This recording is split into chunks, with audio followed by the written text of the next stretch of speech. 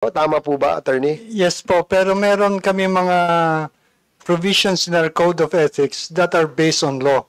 For example, libel. Yes. It's adopted in our code of ethics. That's right, yeah. So my legal basis, and as we always try to impress upon the new members, there's a difference between self-regulation and censorship. Self-regulation is self-restraint.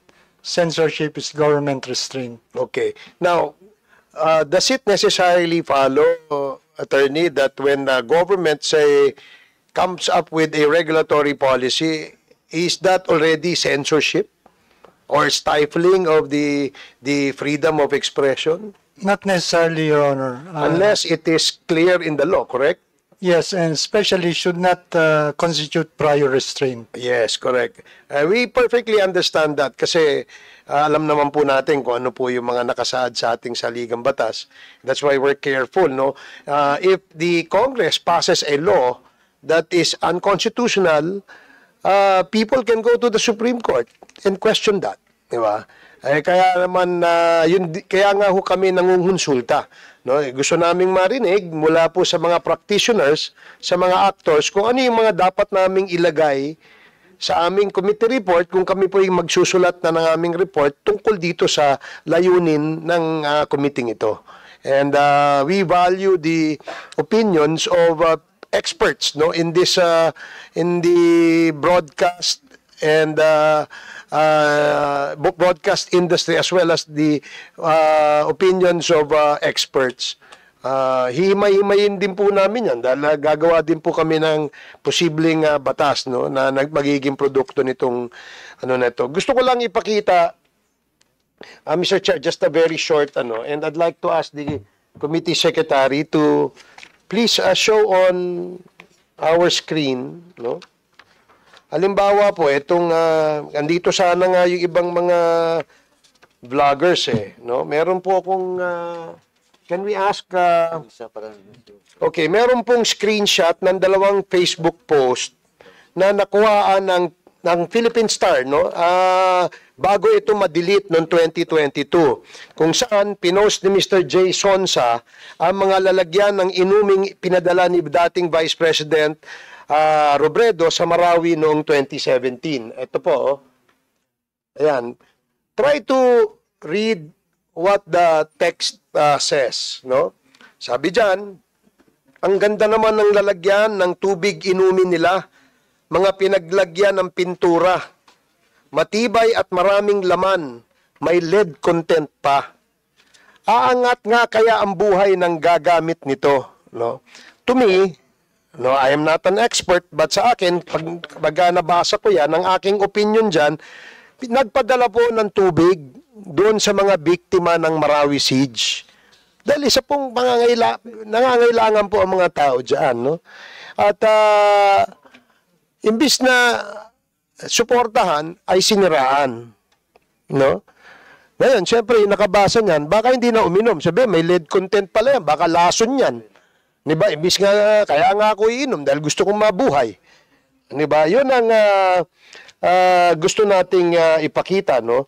Kasi gusto ko sanang tanungin sa kanya, kung bago niya pinost ito, nagkaroon ba siya ng considerations, gaya halimbawa nung posibleng concern o takot na maaaring madulot nitong post na ito sa mga citizens o yung mga tatanggap niyan tubig na yan na pinamigay nila, no?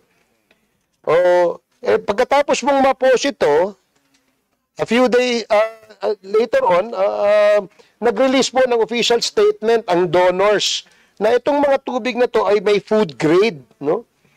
Safe for use at walang toxic materials ang mga lalagyan o water filtration buckets na dinonate nila sa Angat Buhay para sa Marawi matapos itong pinadala doon.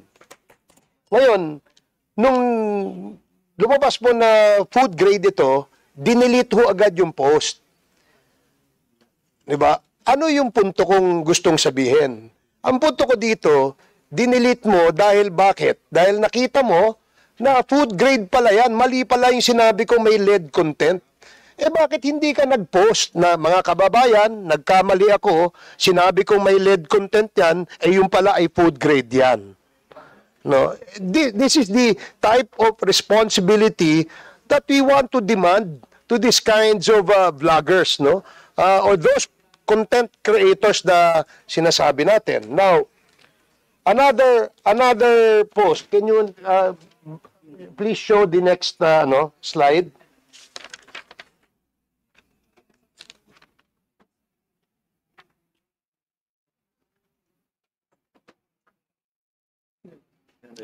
Oh, ayan, kagaya niya, halimbawa, eto, may pagka, ano to, di ba?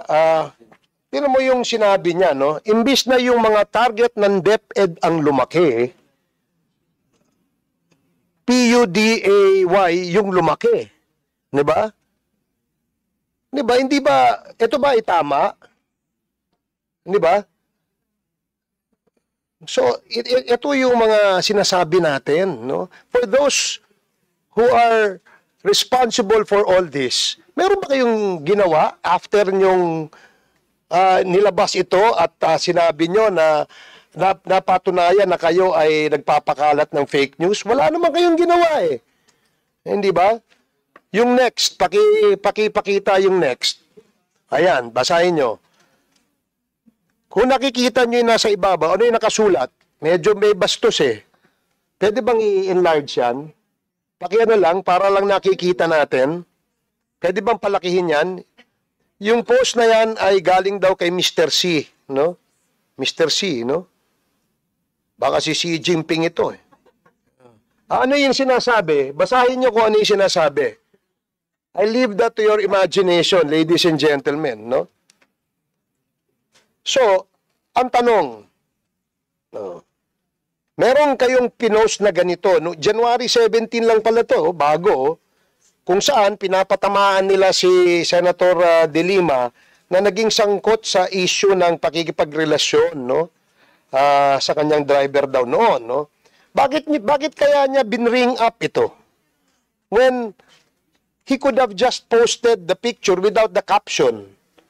Diba? Because malisyoso yung kanyang intention. Hindi po ba? Diba? Sa ating mga vloggers nandito ngayon, ano sa tingin nyo? Diba?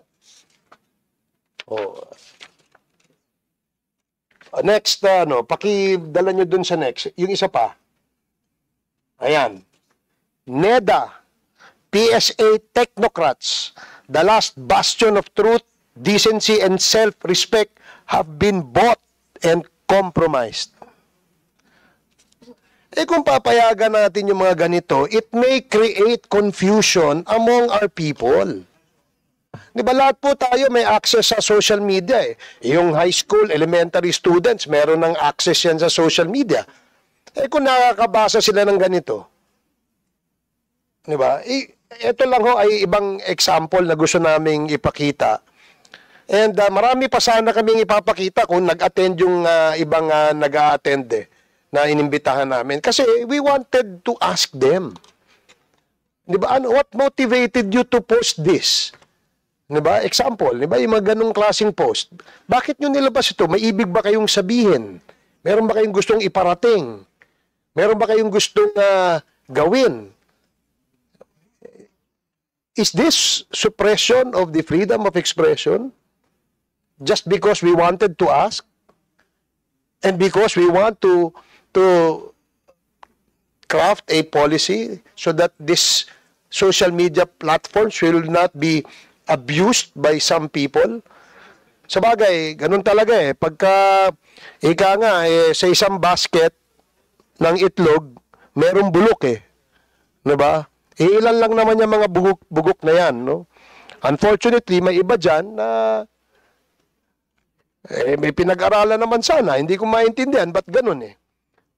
Yun lang vulgar, using profanities and vulgar words. This reflects on their personality. And sad to say, this also reflects on how they were raised by their families, by their parents. Kakaya naman sa mga magulang nyo. Meron dyan, yung laos na. No? Nagpapasikat pa eh. Siguro gustong kumita eh. Laos na nga eh. Ito, next post please.